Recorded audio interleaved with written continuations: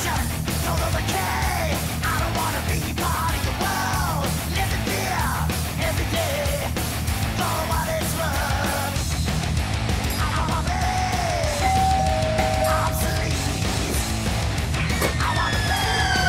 great walnut has run. All right, ready to go? Yeah. All right, walnuts in place. Okay, good. We're still good. All right, suits on. This is the blooper reel. This is the blooper reel. Here we go. 3, 2, 1. Welcome to the most anticipated episode of the Metal Voice. This is a tradition we've had since the beginning. We have hundreds of millions letters and emails. When is the show going to go on? This is the best, the top 10 albums of 2017. It's a two-parter, right? Yeah. We're going to count down 10 to 6 and then 5 to 1. That's in part 2. This is part 1. Jim, Yes. let's go over the highlights of 2017 here on the Metal Voice. Yes. First off, a sad note. Malcolm Young, the passing of Malcolm Young. I mean, here's a guy whose music's going to live on for another hundreds of generations. I mean, the founder of AC/DC, the driving force behind AC/DC. He could do it all, play bass, play lead guitar. It's a sad, sad day when he passed away. But thank you for all the great music you've given us over the years. You can't turn on a radio station, even a TV commercial, without hearing AC/DC's music. And again, sympathies go out to the Young family and everybody that the rest of the band, everybody that knew Malcolm Young, because it was a sad day, but glad to know that you know, for myself, the favorite album of all time is Back in Black. There's an example of just that album alone will be around for another 100 years, easily. Also, on another sad note, happened almost a year. I guess maybe in a few weeks it will be a year. It was Steve Grimmett. He lost his leg in Ecuador. And I guess one of the highlights for me was, as a journalist of some sort, actually live streaming right into his hospital with Millie and Steve. And you know, you hear all the noises and the ambience of the hospital going on, and it was just very touching. And it's not more of it wasn't sensational, it was more of a touching moment, and the love from the whole metal community just jumping on board. And everybody, you know, donating, and you should still donate to them because they're still, you know, trying to get by. It was just a very touching moment for me. There's no pension plans in metal. That's right. And you know, Jim, you were relentless in covering that. I mean, a lot of the comments on our website was we didn't know Steve was sick. Yeah. And through the Metal Voice here and other outlets, we were able to spread the message. Oh, hang on. Okay. Good. This is very touching, by the way. I hear the beeping in the background, and it just... Yeah, we got one machine. I feel like it's just, I don't know, it kind of makes me sad, you know? Right, here we go. Steve! Jimmy! What's going on?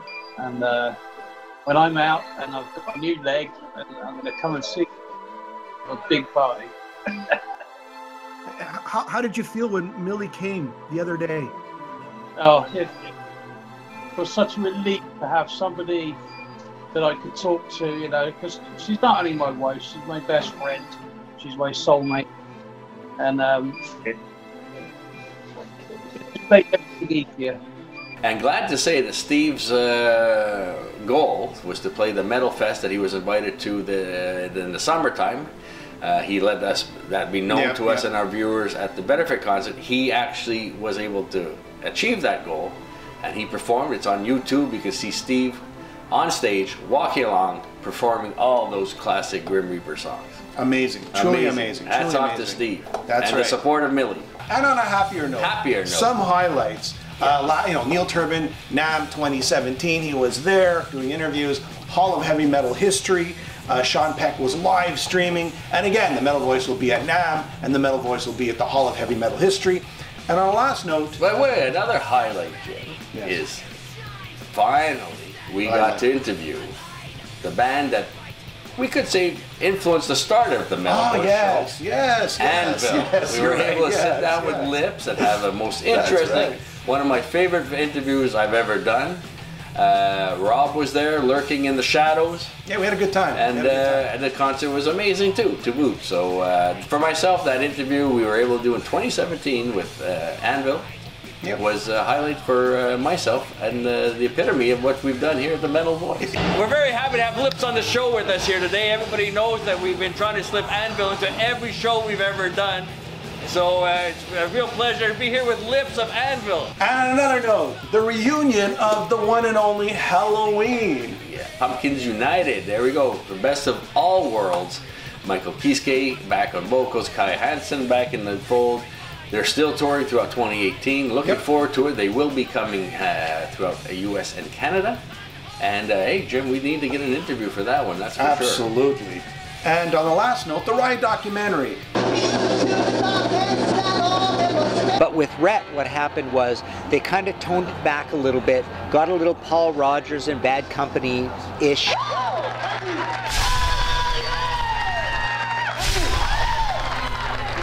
So much hard work. Part 1 and Part 2 was done in 2017, and Part 3 will be in 2018. Hats off to Jimmy. I mean, a lot of deep interviews from former members, managers. The first one created a lot of interest, and everybody was highly anticipating the second portion that came out in the late 2017, which didn't disappoint either. So Alan, this year is a special year, not like all the other years. This year, I would say, is the deep cut album year. A year full of albums with deep cuts. No, we're not going to take it. No, come on, feel the noise. No big hits. Just well-crafted music. I would agree, Jim. That's one of the reasons I know you spent weeks and weeks on this list. So did I. And it allowed us to really get a look at newer bands because there was no album that really stood above the others. You know, in the past years, there's one album they say, oh, this is going to make the top 10, probably #1, and judged all the other albums against that one throughout the year. I didn't have that this year, but solid albums across the board. Alan, are we ready to get started? Yeah, Jim, let's just say here, okay, we started a little something different last year, which has Jimmy's top 10 and my top 10. So you could say this is a top 20, depending how you look at it. It's just that we couldn't come to a consensus again this year. So here we go. Like Jim said, there's going to be 10-6, and then the big show 5-1. That's right. And in between, we'll have our friends who are you know regular guests on the show. Sure.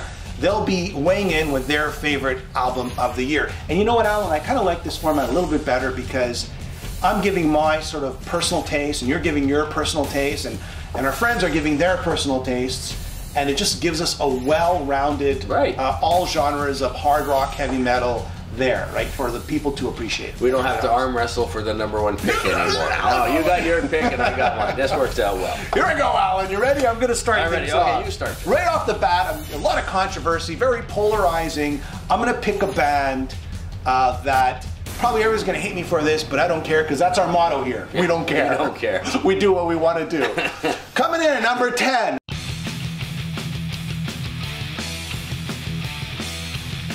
Prophets of Rage, self-titled album, Prophets of Rage. Number 10. Number 10. Why did I pick this album? This is new metal. Yeah, it's borderline hard rock, heavy metal, rap-ish. But I think there's intensity, there's emotion, there's anger, and maybe I don't agree with all of their politics, but you know what? I agree with their sound. Solid album. Solid album if you love new metal, and you just, I gotta give it to them, at least for number 10, Prophets of Rage. This is basically Rage Against the Machine with Cypress Hill and Public Enemy, Chuck D, who's in this band, and they're just going around the world and shaking things up at festivals and shows. Just incredible. Prophets of Rage, pick it up. I think it's definitely a great number 10.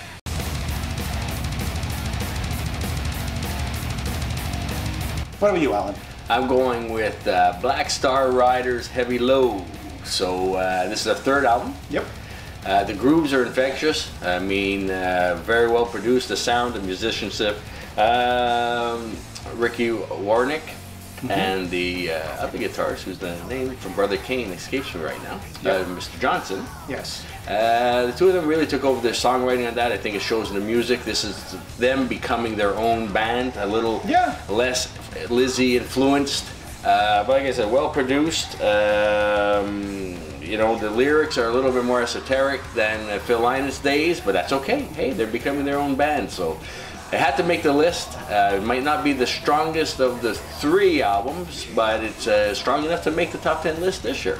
Boogie hard rock. Is that how classified? Boogie hard rock. Not bad. Let's go to Giles. Giles Lavery, all the way in Germany. Giles, tell us your tell us your pick for 2017, your top album. Hey Jimmy, it's good to be here on the Metal Voice to talk to you about my favorite release of 2017. Well, my choice is Bob Kulick's Skeletons in the Closet. A fantastic album. 5 killer new tracks, a couple of unreleased pieces, and rounded out by some quality tracks from his Skull and Murderers Row days. Check this out. This is one awesome release. I've also been listening to Celtic Frost's largely misunderstood 1988 album Cold Lake. You may want to revisit this. There is some killer music contained within. Tom, you're wrong. Also, if you're a fan of great vocals and quality songwriting that falls outside of the metal realm, please check out Todd Michael Hall's Letters from India. Unbelievable vocals, as I said, killer songwriting, and well worth your time. Check these releases out. See you soon.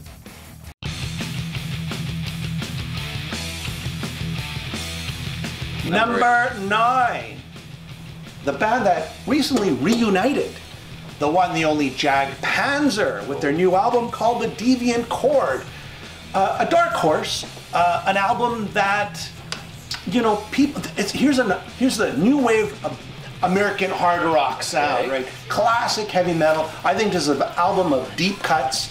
There's no "We're Not Gonna Take It." There's no big hit single.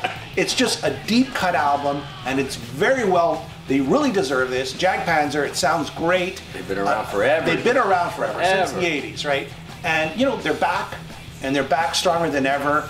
And vocals are great. The guitar sound is great. Everything is great about this album. So go pick it up. Jag Panzer, The Deviant Chord, and a great album cover. And a great album cover. There you go.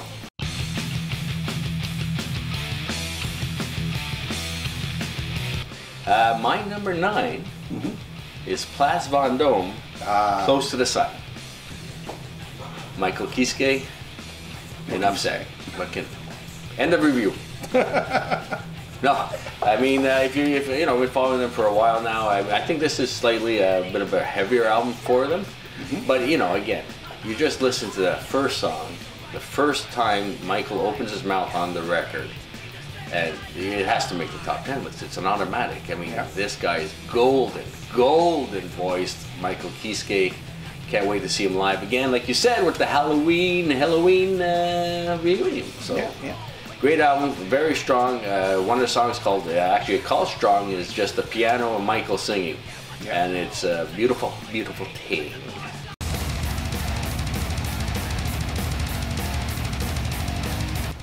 Coming in at number 8. Oh yeah, a guy who's sort of hasn't been around for some time, but he comes back with this, I think it's his 2nd or 3rd album. The one, the only Mr. Thunderstick. Former Iron Maiden drummer from the real early days, Samson drummer in the Bruce Dickinson era, right, of Samson, the new wave of British heavy metal, comes out with an album, might not necessarily be a heavy metal album, but solid nevertheless, hard rockin'. He's got a female vocalist, and you know, she does a great job singing, he does a great job on the drums, just the music in general is just fantastic. Definitely something everyone should go pick up. That's Thunderstick, Something Wicked This Way Comes. It takes you right back to 1980. Exactly. It takes you right back to 1980. Yeah. Well, and a good interview. Yes. Good old Thunderstick. Actually, there was 2. There was one on the Iron Maiden years, and there was a second part on the Samson years.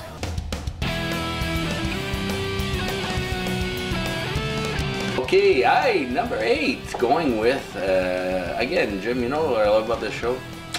We get to hear all kinds of different bands, and bands that I didn't even know existed. So I'm going with a band for me, which is a fairly new band for myself, is Sorcerer. Yeah. And the album is called The Crowning of the Fire King. Now picture this, Jim. You take 5 guys, lock them in a room, and play for the next 36 hours nothing but the Tony Martin era of Black Sabbath. Yeah, and when they come out, this is the music that they make. luckily, I like the Tony Martin era of Black Sabbath, and I believe you do too. Yes, I do. Yes, there we go. Yes. So when you're talking about doom and gloom metal, I don't think anybody did it better this year than Sorcerer and the crowning of the Fire King. Yeah. So let's go to David Reece now. David Reece. David Reece is going to give us Sainted Sinners lead singer. Yep.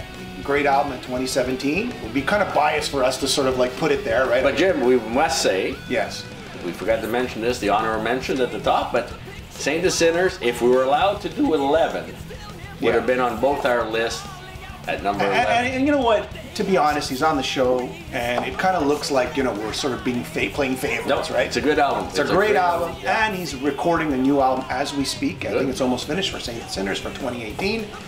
Let's hear what David Reece had to say about his favorite album of 2017. I'm your host, David Reece of Sainted Sinners, with my favorite record of 2017 pick. That would be Deep Purple Infinite.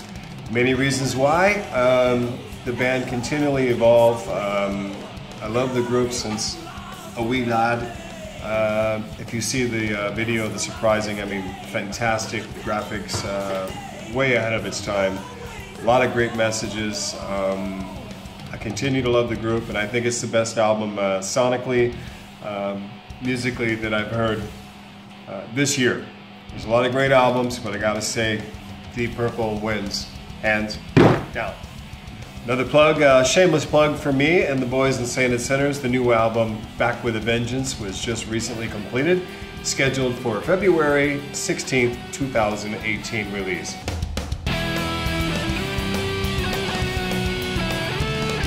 Number 7. Number 7, we're closing in. These guys are relentless. I mean, when I'm saying relentless, punk, hardcore, thrash, Jimmy loves these overkill. Guys. He loves these guys. The Grinding Wheel. Yeah. My God, these guys. You had an Overkill album a couple years ago, didn't you? On top 10. Yes, I did. You love these guys.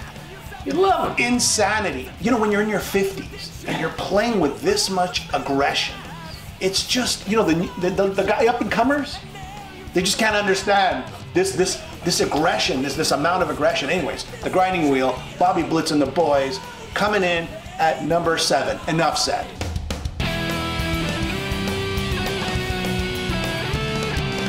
Wow. I'm going with a little different take than Overkill, Jim. Firewind. Yes. Immortals. At my number 7. Yeah, the Greek gods. Jim, you know what? You know how much I love Few Against Many. Yeah. And you enjoyed it as well. I liked it too. I mean, I didn't realize they have not released anything since. It's been 5 years. Yeah. They came out with Immortals, a concept album, no less. Yes. Stated right on the back. You got King Leonidas kind of singing. And here you go. You correct me, Mr. Greek, Mr. Jimmy the Greek here.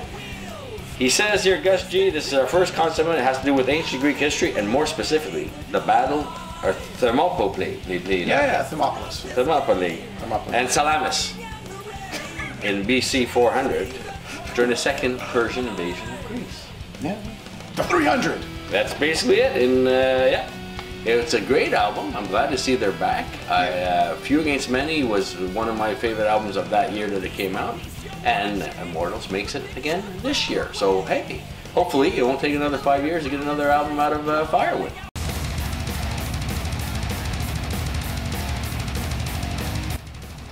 Coming in at number 6, a supergroup. Oh, supergroup. Sons of Apollo, Psychotic Symphony. You just like the name. It says Apollo. Sons of Apollo Psychotic Symphony. You get Billy Sheehan. You have Mike Portnoy. Jeff Scott Soto. And Bumblefoot. And let me tell you, Bumblefoot. Who you got on bass? Billy Sheehan. Oh, yeah. The keyboard is Derek Sherritt. Oh, yes, from Dream Theater. So you got 2 guys from Dream Theater. This album, I was floored. I couldn't believe how great these guys sounded. A little different than Dream Theater. Yeah, you have the sort of the jams and you have that progressive element, but Jeff Scott Soto brings more of a David Coverdale sound to the album. So it kind of changes it up a little bit. I just think it's a solid album. Prog rock. I'm waiting to see these guys on tour. I'd love to interview Sons of Apollo when they come to Montreal.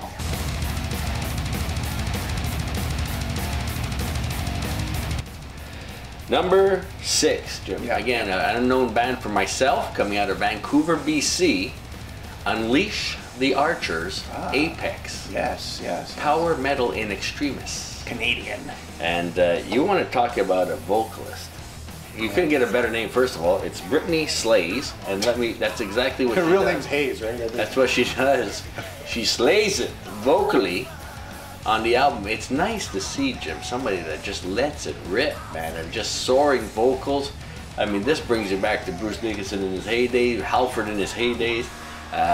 The lyrics are a little bit maybe too much Dungeons and Dragons for me, but hey, that's all part of the whole metal, power metal imagery, and you know the lyrics are good. You get into this fairy story type tales, and but musicianship, everything. I mean, it all goes back for me is the soaring vocals, and it's a very, very refreshing. It's kind of a new twist on something that's been done before. But that's what I liked about it. It was just a thoroughly enjoyable listen. Well, there you have it. That's 10-6 in part 1. Part 1. Plus David Reece and Giles Lavery with their picks. Stay tuned for part 2, where we'll have more guests and the coveted #1 slot. Yes, who will it be? Who will take home the great walnut? The golden great nut. walnut. Catch you next time on the Metal Voice.